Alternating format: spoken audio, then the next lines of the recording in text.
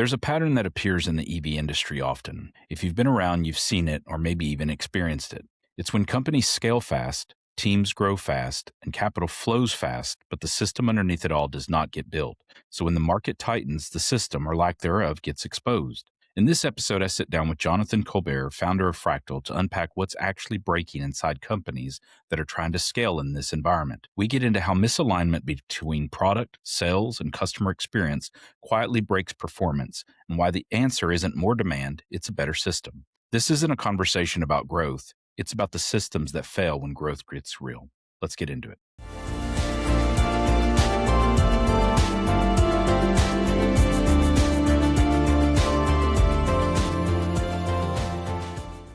Welcome to Field Frequency, powered by Field Advantage, delivering field service solutions across EV charging networks and all connected infrastructure. Today, I'm joined by my friend Jonathan Colbert, CEO, managing partner, and founder of Fractal. Jonathan, good to see you. Great to see you too, man. So glad that we were able to bring this together. I've been wanting to get you on the episode for a while, and glad the stars have aligned. Fun fact for the audience, Jonathan and I have been connected and friends for quite a bit of time. Of course, both from Rivian, but we were actually looking at a podcast ourselves at one point in time. Yeah. So even a show platform that we were kicking around an idea. And I'm glad to have Jonathan on Field Frequency today, and he'll certainly be a returning guest as his schedule allows. But Jonathan, for the audience, let's start off with your background. We want to talk today about, of course, Fractal. We want to talk about what you're doing in the space.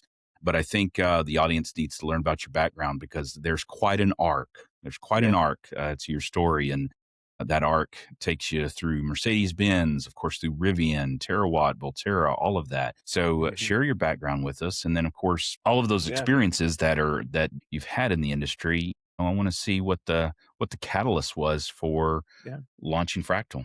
So certainly, we'll do. Thank you. Thanks for having me. And look, you beat me to it. You definitely got this podcast off and running, and you've had some amazing guests so far. So I hope to be like you one day, and would love to come back. Let's see. So I always, whenever I talk about my background, I always start with the fact that out of school, I went into a leadership development program, and it was for a company. The company's named TTI. It's power tools and consumer electronics and floor care products. And ultimately, I was on the power tool side and started off in sales, worked my way up in marketing, cut my teeth. Two things about that.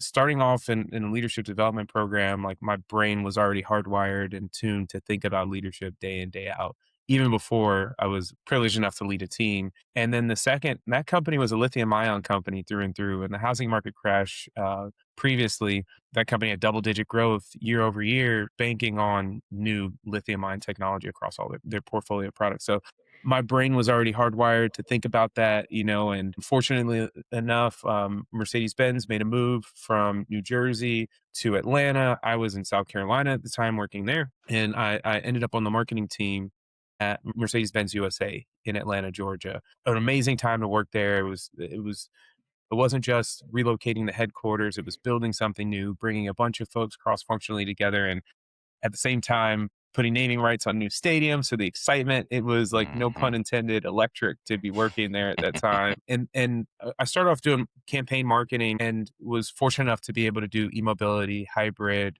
basically electric car marketing at the same time. So Smart Car was one of the brands of Mercedes-Benz at the time, and I was able to lead that. That being said, it's just worth noting, this is about a little over a decade ago, and folks thought these cars were just compliance cars, not just at Mercedes-Benz, but across the whole industry. So it was kind of looked down upon, but I didn't know any better. I honestly just didn't know any better. But it opened me up to the side of the business. I ended up on a team, a 3-person team, focused on figuring out how to roll out the next wave of electric vehicles. That team was small but mighty. And after about a year, we were absorbed and built out into a new organization called the CASE organization. It was connected, autonomous, shared, and electric. And I was part of the electric part of that team and led charging and infrastructure for North America. There were dealership programs, and facility programs, customer programs. Like, how do you get charging installed in someone's home? How do you use the Mercedes Me platform to get them to charge on the road? So I would say that was kind of an MBA in the charging industry for me. And then I actually went back to school. I went to Georgia Tech. I went to Florida State undergrad, but I went back to school to get an executive MBA and thought, I want to leave this big cruise ship of a company and go work for a startup. I Mm. had it on the wall, 30-person or less startup, get on the leadership team, move the needle on the business. Ended up at Rivian, 1,500 people strong walking in the door. So it was much bigger than what I was shooting for.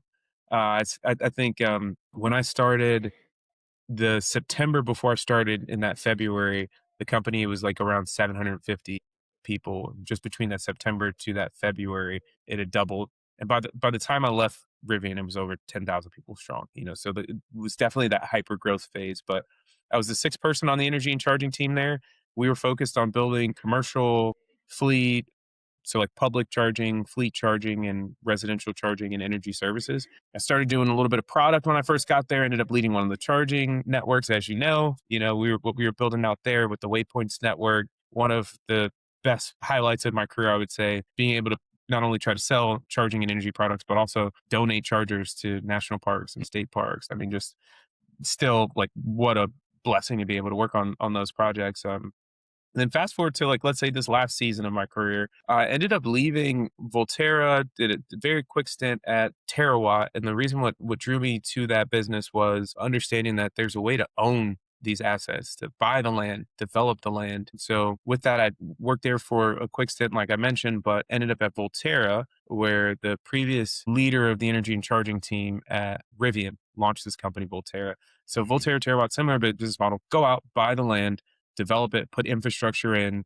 And I've been at Volterra most recently for about 3.5 years, focused on marketing and go to market, really developing sites for autonomous vehicle fleets. And so it's kind of bringing the whole ecosystem together. I look at Mm. it as everything within the property line is the solution for Volterra.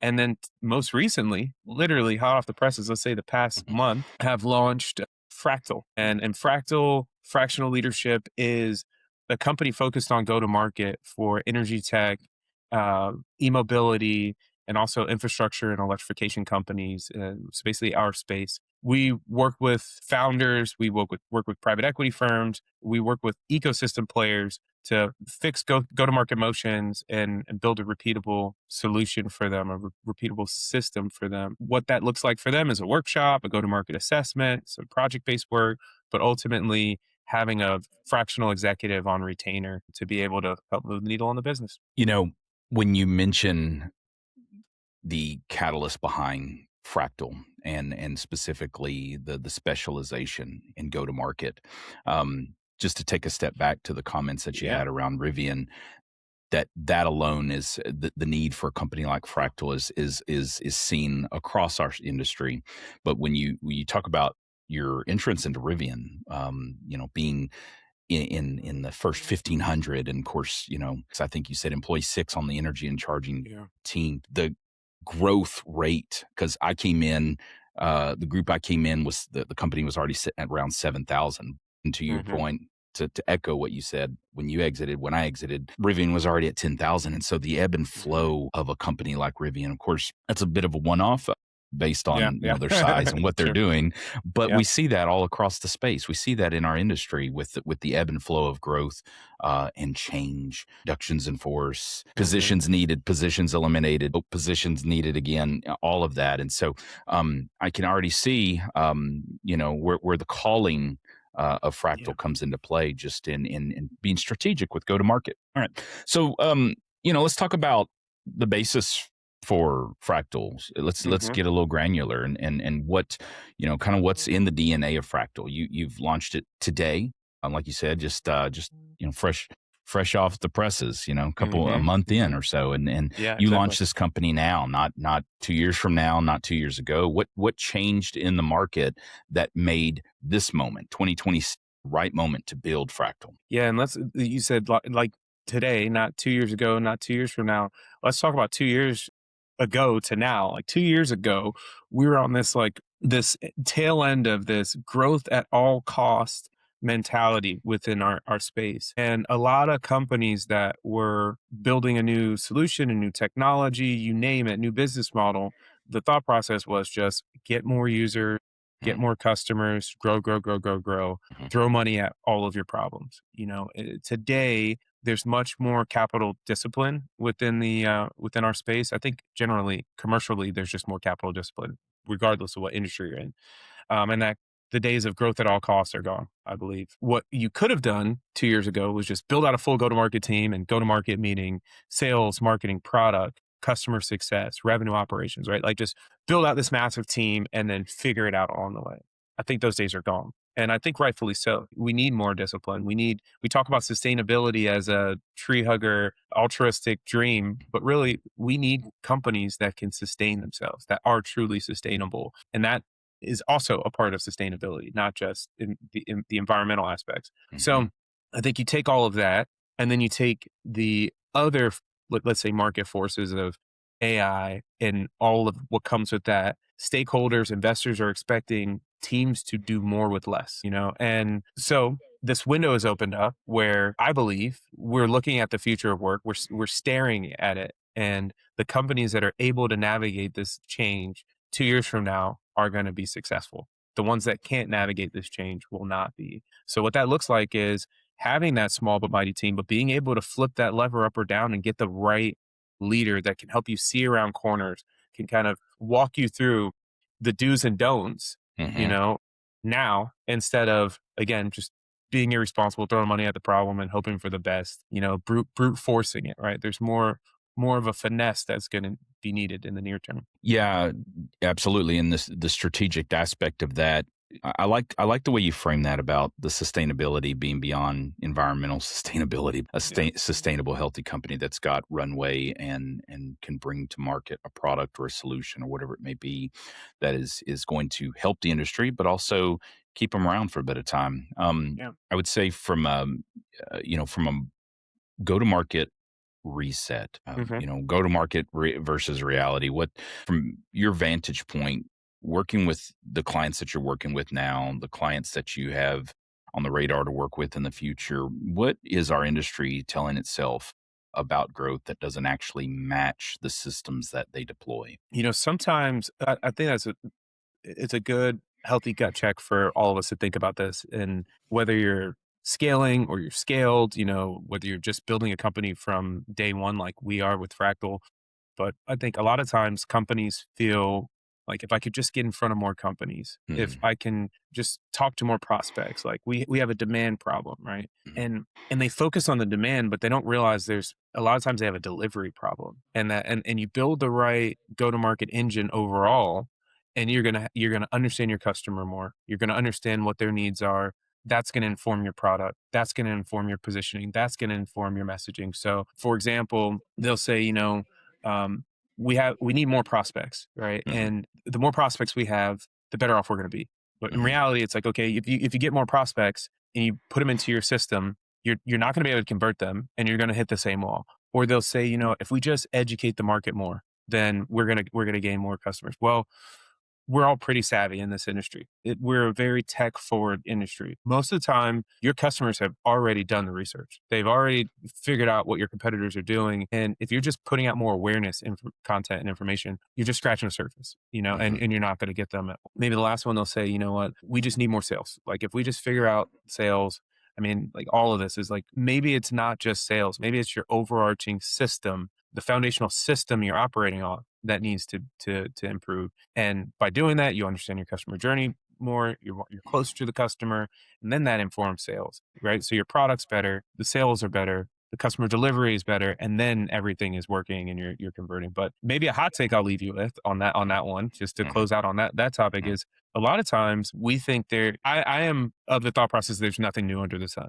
I Right. really feel like every once in a while there's something that surprises me, but it's Hmm. usually a mix of other things and things that have been done before. And when it comes to what we do in our space, we tend to think we're very novel and we're coming up with this new angle. So everything we do, we're going to take all the arrows. We're going to be the pioneer that does it, and we can't really look to the past because we're brand new, right? And in reality, we beat up traditional OEMs, we beat up the oil and gas industry, but they've solved for a lot of problems already, and they've figured out how to deliver at scale, and we can learn a lot from them. And like one example, I've brought this up a bunch.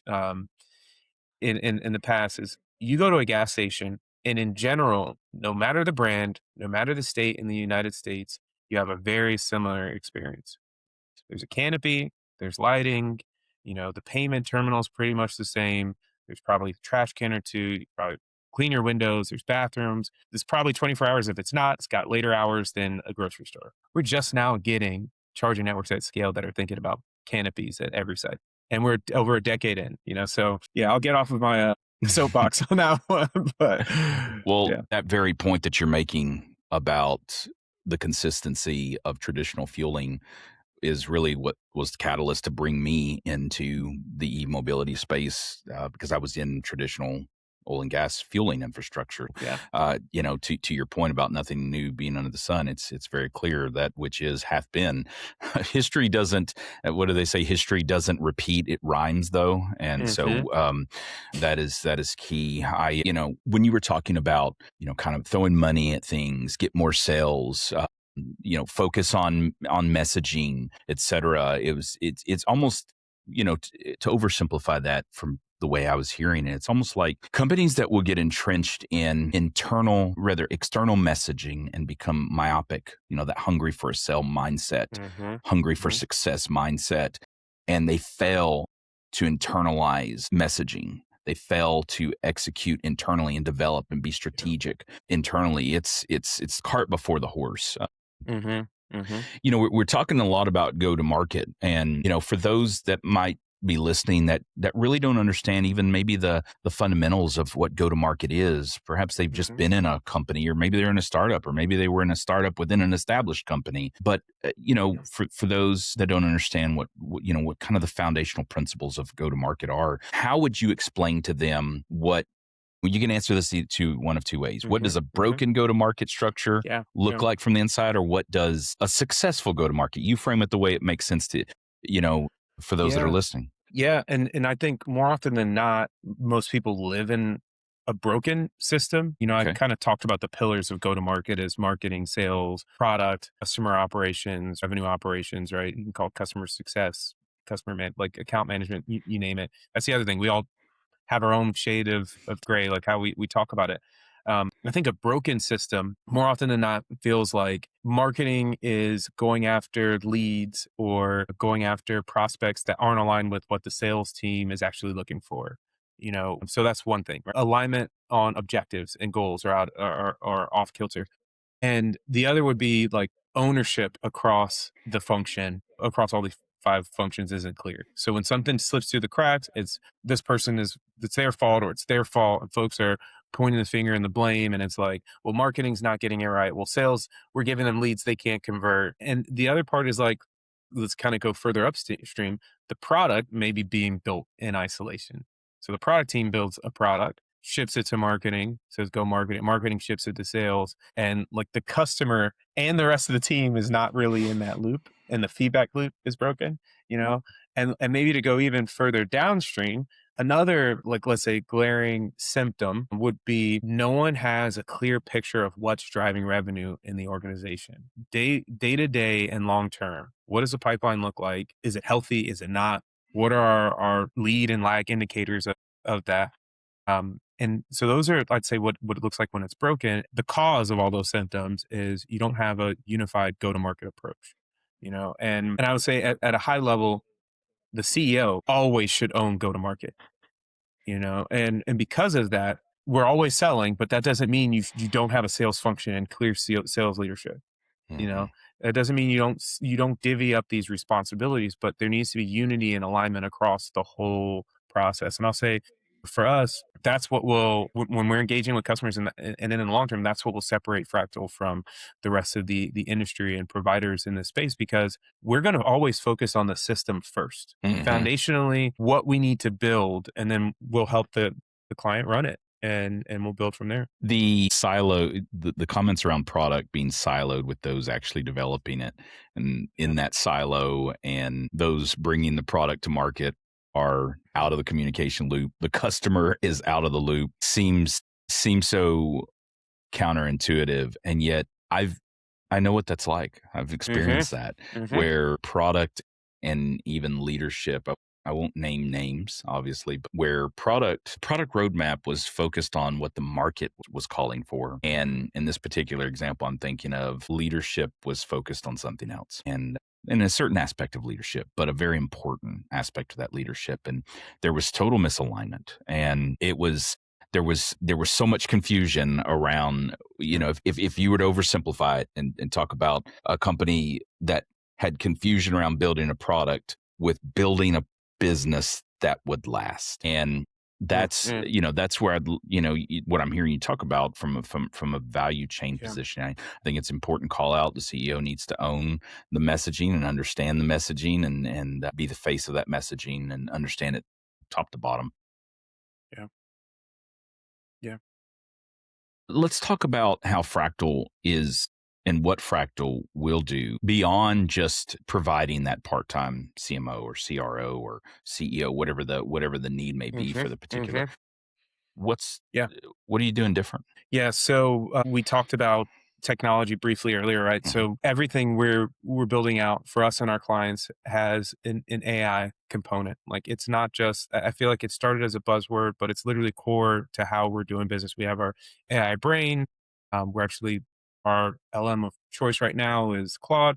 So we've got Cowork and chat and code built on top of all of our data and information that we're building, and we'll work with our customers to do that. So foundationally, technology is at its core, and that'll help us to evolve and learn from our engagements over time. That being said, there are three approaches, or maybe three steps in our approach that we'll engage typically. First would be a workshop or go-to-market assessment with a client to really understand where they are day one. And this is not just the client.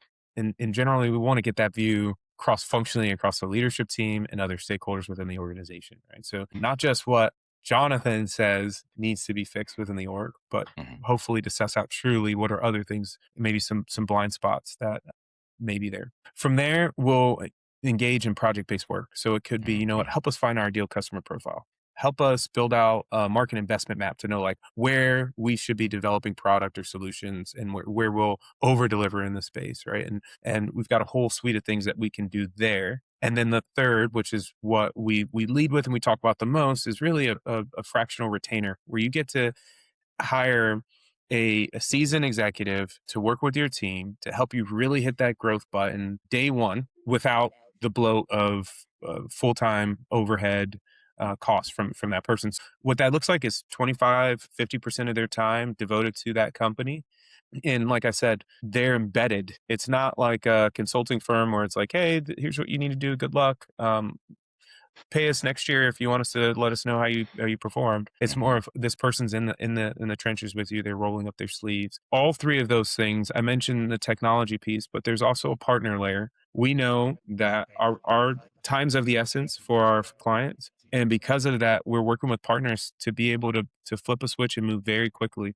So we're working with folks on the revenue ops side. We're working with folks on the like actual sales training, outbound sales approach. And of course, I already talked about the technology piece, so that even if you have that one mighty, but like small but mighty, like one of one powerful executive on your team, we will provide additional resources there. And then from an advisory perspective, we're building this brain trust of these executives in the space to be able to leverage. So even if you do get this one executive on your team, they're bouncing ideas off of the full Fractal collective and leveraging that too. So there has to be probably some heavy intake on the front end to really assess what the client needs, what the company needs. Yeah. I'm sure you're spending time and will have to spend time just in some revisiting fundamentals, identifying things that maybe they don't even know what an ICP is. Maybe they don't know. Maybe they don't know. Maybe they don't know what that means. Maybe they don't. Maybe they understand it conceptually because they have a product and they see who would buy it, who would use it, but they don't understand how to market to. So through intake, obviously, you've got to ascertain their needs and develop a plan. But I think that the one thing I heard you say about all that I think is signaling health and long-term viability is that it's not, hey, here's your playbook. Good luck. See ya. Yeah. But you're saying not only do you co-create the path to success, you're gonna sit down beside them, or someone from your team is gonna sit down beside them and walk that journey with them for a period of time to be that oversight, to bring that proving. Yeah, we have to build that go-to-market operating system with them, right? And I think that in itself is a big difference than going to a consultant or going to someone that is going to like kind of advise you. Like we're not just going to advise, we will be in the trenches with our clients, building out these systems with them. So yeah, I think you're spot on. We have to build with them. And I think the model doesn't work for us unless we are. So to a certain extent, we get to date them a little bit before we have that full on long term relationship. And then maybe another thing to note is like to a certain extent, with some customers, we will make ourselves obsolete. We will help them build the right motions, and the specific way we're engaging is going to evolve. It may be, we're helping to, as the market shifts, we're going back and saying, okay, how does the customer profile need to be tweaked? But maybe they don't need as much time, or maybe they need a different executive, depending on their stage. Well, Jonathan, haven't you just summarized leadership in a nutshell? I mean, that's working yourself out of a job. That's true leadership, is working yourself out of a job, because not only are you leading, a leader is only defined by the amount of people that's following them. That's, if someone claims to be a leader, but they turn around, there's nobody behind them, nobody following them, nobody monitoring, nobody listening to what they're saying, probably not a leader. And so a leader's, competency is seen in the leaders that they develop. And so that's exactly right. As Fractal is doing a good job, it's actually working itself out of that particular client's hands and on to the next. And so that's so good. I when I think about the growth that we've had over at Field Advantage, July will be 2 years for me, but probably within the first 16 to 18 months, we just experienced 5x growth. And so the reason why I'm making this comment is it's going to tee up the next thing that I want to ask you about.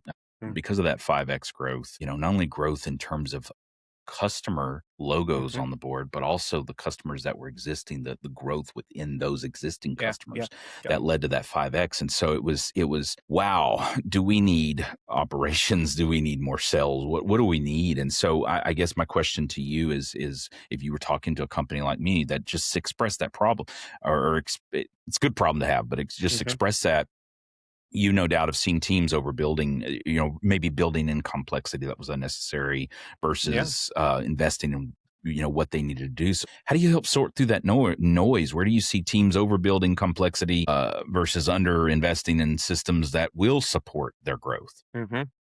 I think, congrats, first off. That's awesome. What a great problem to have. I think a lot of times we have this build versus buy conversation in all of industry now, but in technology, it's always been present. I think with AI and vibe coding, folks are going to build more, for better or for worse. I think with your solution specifically, because it's service-based and there's actual physical infrastructure attached to it, a little bit harder to just go spin up a solution, right? But I think in all of those scenarios, what rings true to me is, if I build this, will it make me better at acquiring, converting, or retaining customers? If you don't get an immediate yes to that question, then you probably should take a step back and reconsider building what you are trying to build. Jonathan, can you say those three principles again? I think they're important. Acquiring, acquiring, converting, or retaining customers, right? And going back to the example you gave, you're expanding into new customers and you're expanding with existing customers, right? So all three of those, let's say that barometer of those three different points, it holds true, right? Whether you're going out and you're getting new customers, whether you're converting those new customers, or you're expanding, retaining those customers, that is the true north, especially with a growth stage company that we need to be thinking through. And if the answer is a hazy yes or maybe, I don't know, then more than likely you're staring down the barrel of building something that is not core to what you're doing and what you're building as a business, what your domain expertise is. And that's where maybe you should buy or maybe you should partner. That's when you start considering it. And I mean, you said not to name names and companies before when you were giving an example. I'm going to do my best not to, but I've seen that. I've seen where a company just building something and you're like, this has nothing to do with the core solution or product that we deliver day in, day out. Why are we building this? I brought up AI and I brought up vibe coding before because it's going to be even harder to make the decision if you don't have a true north and now, but even in the near term over the next few years. For those listening, obviously they're going to know what AI is, but maybe they don't know what vibe coding means. What do you mean when you say vibe coding? What's that mean? Great point. There are all these platforms. One that comes to mind to me is Lovable. Lovable is a platform where you can go and you basically can talk almost like you're talking with ChatGPT or Claude, and basically have a website developed on your behalf, have a prototype of an app developed, and there are multiple products like this. I mean, I've used GPT and I've used Claude to do a quick HTML, like I Mm, did an email signature generator, and I just said, here, make an HTML page, here's the formatting, here's my brand guidelines, so on and so forth, and it just creates it. I don't have to be a developer. I don't have to be able to do front end or back end code. It just, I talked to the chat in human language, and now it can build this out for me. So with that, you mix that with let's say, an overzealous company that's just like build, build, build, build, build. Now you've got a team of folks that are just building solutions that you don't necessarily need, you know? And what's crazy in all of this, one of the number one things you can do to really support the health of your company is invest in revenue operations. And that's usually underdeveloped and underinvested in, and companies are running wild developing all these other solutions. yeah.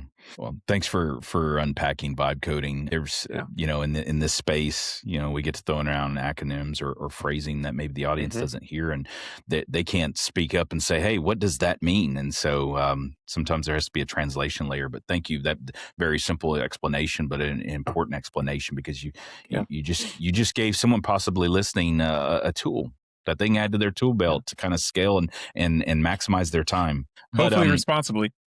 right, right. Yeah, they're outsourcing their work and taking the rest of the day off. Yeah. Let's talk about customer adoption behavior Hmm. and the signals Yeah. that need to be discerned to understand demand. Hmm. You've been close to both the product side, what we've been talking about. You've been in the commercial side, so you're Yeah. in a very special seat that gives you a lot of background to see things that maybe blind Hmm. spots. Like you said with your example, why are we building this? Why are we building this right now? Why is there focus being? How does this align to the broader mission? So Hmm. you've been close Hmm. to the product, to the commercial side. Where have you seen that misalignment, maybe with customers' expectations versus what's being built? And maybe give us an example. I know we don't want to name names. I know we don't want to get too Yeah. specific, but there's got to be something there that someone Well, you needs know to what? hear. I think the statute of limitations is out a little bit with this one, but so maybe I'll give you an example, because I think this one is stands out to me the most. I shouldn't say the most. On a regular basis, I'm brought back to when I was at Mercedes-Benz and doing that first business development role, where they ironically, the code name for this team was Project California, Okay. because at the thought process back then was electric vehicles are going to be sold in California. We need to really over index on California. I was the only person on that team based out of the East Coast. I was in Atlanta, and our leader and another guy on the team were in California. And where we started was not just learning from the industry at large and saying like, okay, who are the charging networks players? Who's building the actual chargers, and who are the technology folks? But the best place to start, and I think the resource that proved out to be the most helpful, was going and sitting with dealerships and talking to dealers and figuring out like one example that I always call back to is like, you talk to some dealers and they're like, yeah, we just park all the electric vehicles in the back of the lot. And you go, you don't like these cars? Like, what's going on? And Mm, you start talking to them and they're like, no, actually, we like the hybrid. And a lot of people come in and ask about it, especially in the West Coast. And talking to them, and you're like, well, but why? Why is it parked? And they're like, well, if a customer comes in and wants the hybrid version of this ICE model, there's a 2 to 4 hour conversation that I'm going to have to explain this vehicle, this hybrid to them, versus it's pretty much, hey, you're just coming off lease of the same gas vehicle. Here are just a few updates that are made, and they're like, mhm, to avoid that conversation, we're going to put it to the back. mhm, The pricing was in alignment with customer expectations. The packaging was in alignment. They even said like a lot of times they would designate an EV person that just loved EVs at the dealership. And when mhm, they would have that conversation, they could convert and they could sell the vehicles. mhm, But like that tidbit alone helped us really understand and start diving deeper into like, how do we educate folks? Like this is a much bigger education piece than what we originally thought about. So I think also it's probably worth calling out. I went from the oldest auto manufacturer, Mercedes-Benz, to one of the newer ones with Rivian, and stark difference in how mhm. you go direct to consumer versus the dealer model. I think there's a time and a place for both. I think there's benefits of both, but I think too often we villainize dealers, Mhm. and we look at Yeah. them and we think of them as like these like well, we think of them like used car salespeople. Like the stereotype of a used car salesperson is they're just trying to steal your money and give you horrible terms. But these are these are business people spread out across the whole United States working for these legacy automotive organizations that give them a finger on the pulse of what's going on in communities all across the US. And when you can leverage that in the right way, what an advantage. What an advantage. And I'll tell you, they're evolving. I was at University of Georgia, had an event, the GNM initiative had an event a couple weeks ago, and one of the panel discussions, Grenee Baranco, who basically the Branco family own a Mercedes-Benz dealership. They did own Mercedes-Benz Buckhead. She's building a new Audi dealership. She spoke on how her new dealership won't have salespeople. She's like, I don't Whoa. need salespeople. I need people to decipher what a customer needs when they walk in and pair them with the right vehicle for them. So this perception of where Mm-hmm. dealers are, right? Mm-hmm. It's Mm-hmm. evolving, it's changing, it's adapting fast. And that is, to go back to your original question, that to me is a clear, like a direct line to a dealer principal with a legacy of having a family that's done really well in the traditional dealer model, evolving her model with Mm-hmm. this new dealership she's bringing online because she's aligned with what customers expect. That is fascinating. When I think about my own personal experience, I have not been to a car dealership to buy a vehicle in certainly Oh more yeah. than 20 years, at least. Oh. Yeah, absolutely. I would say the last 3 vehicles, maybe 4 vehicles I bought were either wholesale or Hmm. the online experience, the Carvana experience. I'm in and out. I'm done Yep. in less than 45 minutes. I'm done because Yeah. there's the money's there. We know what the lines of credit are. We know what the money. We know Hmm. what deposits. We know everything. It's just Yeah. so fascinating about that dealership in Atlanta. That's gonna be something I'm gonna be casually tracking and watching because I'd like to learn more about that and really again, not to dilute the value of what that example, but maybe to just kind of break it down.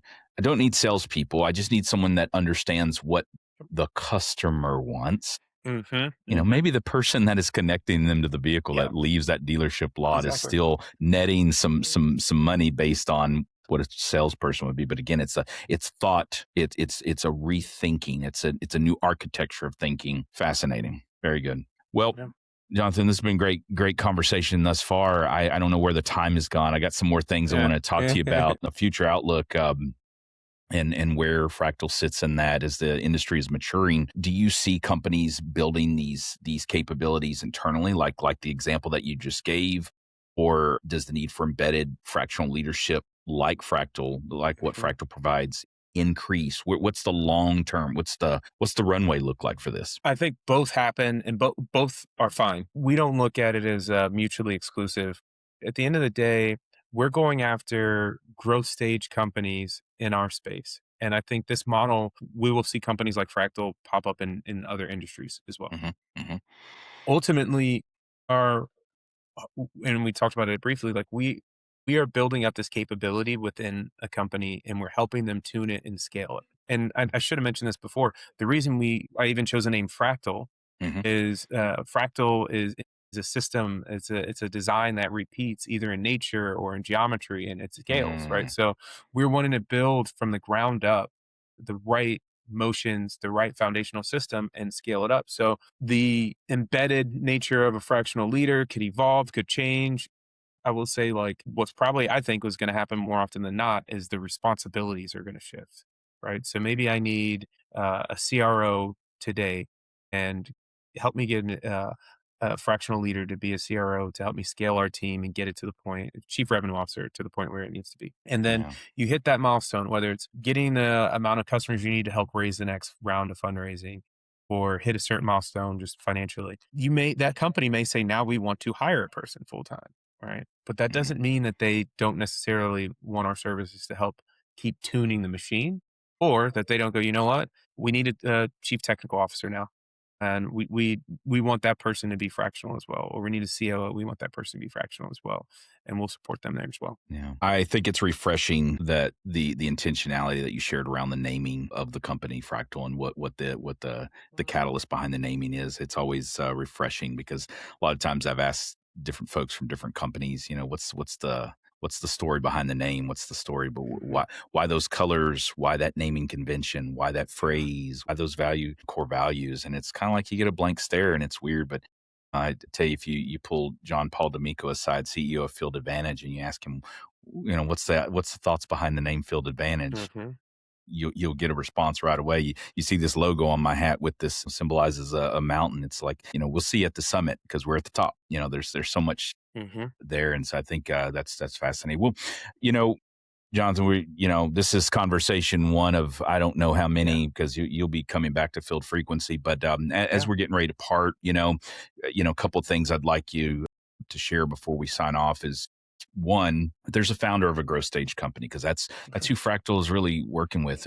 If there's someone in that or type of organization right now in energy tech, what do you want them to take away from this chat that we've just had? I'd say, we've talked about it a bit, but maybe to like summarize what I'm trying to convey today is, if you have this like diagnosis internally of like we need more leads, or we just need a better pitch, we need to fix the website, we need to update the way we're looking at the funnel in our pipeline, and if we fix that, then it's going to solve all of our problems, right? And if things are feeling harder than they should, even as you are making these tweaks, maybe you need to go upstream. Maybe the problem isn't just adding more to your go-to-market motions. And if you do that, maybe there's a leak, right? If you go upstream, you'll find where everything is breaking, because 9 times out of 10, it's not a pitch problem. It's not a demand gen problem. It's a positioning problem. It's a Mhm, segmentation problem. It's mhm, understanding where the handoff between teams is slipping. And that symptom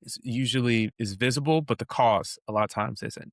So with us, what we want to do is have that conversation with you, understand foundationally what we need to shore up in that system, and then we want to build on top of that and build the right systems to help your business scale. For those that want to connect with you directly, find out about Fractal, find out about whatever, how do they connect with you? How do they follow what you're doing? Yep, scalewithfractal.com. We're online. We're on LinkedIn, of course, as well, but scalewithfractal.com, you can get all of our information. And then we'll be at ACT Expo coming up soon in a few weeks, where we're throwing a conclave event where we're getting a bunch of go-to-market executives together in one room. DM me if you're interested in coming. I can get anyone that reaches out that is doing go-to-market that can add to the conversation, get you into that event as well. Thank you for being on Field Frequency, Jonathan. All right. Thank you.